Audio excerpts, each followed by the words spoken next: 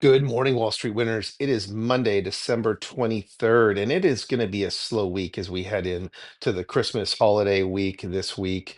Looking at what the markets are doing in the Bloomberg app, the Dow is down quarter of a percent right now in the pre-market with about 45 minutes to the open. The S&P is up slightly, but only 3 points, and the Nasdaq is up slightly as well. I think these numbers have actually come down and gotten worse. But they haven't updated here yet on the Bloomberg app. If we flip over to the Yahoo Finance app, you can see that crude is down 29.30 cents. You can see the VIX is up slightly, up 7.07. So just still below 20, which is good, but it is in the 18 and a half range. And there the NASDAQ futures are down from what we just saw. They're down at 50, call it 53. Um, and so if we look at what's going to happen, it's just going to be a slow week. Traders, for the most part, are on the holidays. There's not a lot going on. There's going to be very little institutional activity. There have been some deals announced today that are occurring. So looks like Nissan, Honda, Mitsubishi are merging over in Japan as a way to become larger and fight the Chinese automakers that are producing cars at a much lower price point. You've got Xerox buying Lexmark Printing, and then you've got some other things going on as well, but none really related to the stocks we follow, and none that should really have a material impact to what's going on in the market. I think at this point, it's probably just either stay in cash or stay in your positions, depending on where you are and the tax position that you're planning for the end of the year. But there shouldn't be any major activity. We saw over the weekend the U.S. Senate, President, and Congress come together and figure out how they're going to keep the government from shutting down. So they passed a bill to allow the government to continue to work and get paid for that work. So that was good going into the holidays. I believe that kicks that can down the road till March when the new administration is in power. You can see that as we scroll through oil, it's mostly red on the screen in the pre-market with crude being down. So again, I don't anticipate huge movements here unless we hear more about an upheaval in one of the conflict areas. Um, there is an interesting video on Bloomberg right now that you can watch. It's about 8 minutes long on the um, the shadow shipping that's going on in terms of black market oil and the at sea transfer of black market oil from tanker to tanker, primarily north of Singapore, off the Malaysian coast in the South China Sea, and the ability to track these boats. Even though they have locator devices, they often disable them, and so they are now being tracked by satellite. And the percentage of these black market ships has increased since 2020. So 4 years, it has increased. It has doubled the number in terms of percent. So it's gone from 5% of the normal oil fleet to 10% now shipping this oil, most of it out of Iran due to the sanctions on Iran, and most of it bought by India and China as the main consumers or purchasers of that to then process that. So, I mean, that's an interesting thing to watch. Over the holidays. You could catch up on some of the Wall Street Week shows. I find those to be quite interesting and relevant to what's going on.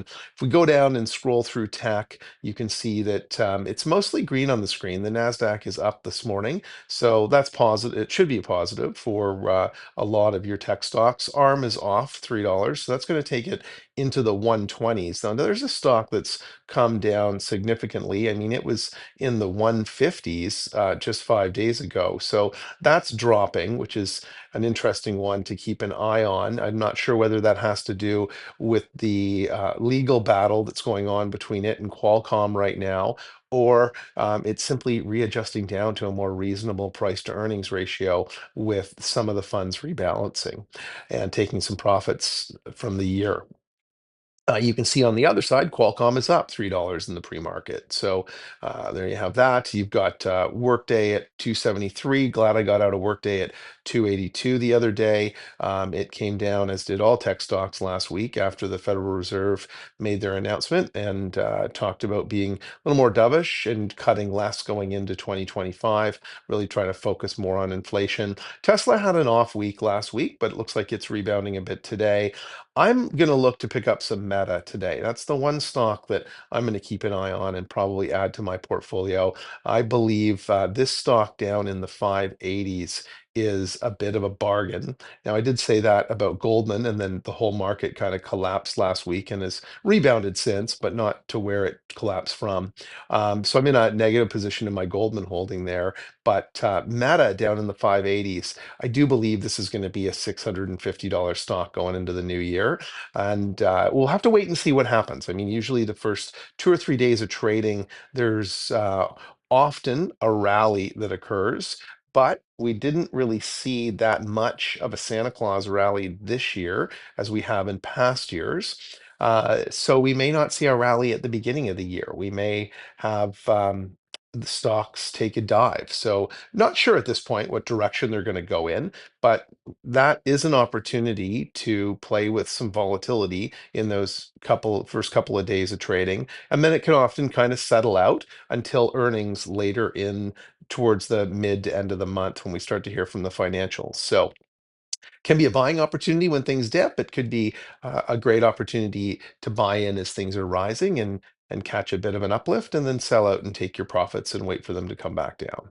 So overall, it looks like, I mean, TSM's coming back. You've got Adobe was up, it's now down, but only 17 cents. Google was up a couple dollars, now up only 86 cents. Nvidia up $4 on Friday. It's up a buck 12, buck 10 today. So it looks like maybe the Nasdaq's coming off the numbers that it was at when we were looking at it a minute ago, but I'd be looking at Meta in the 580 to 82 range to make a purchase there. SoFi's had a great year, as you can see, but going into financials, you can see it's mostly red on the screen as we scroll down.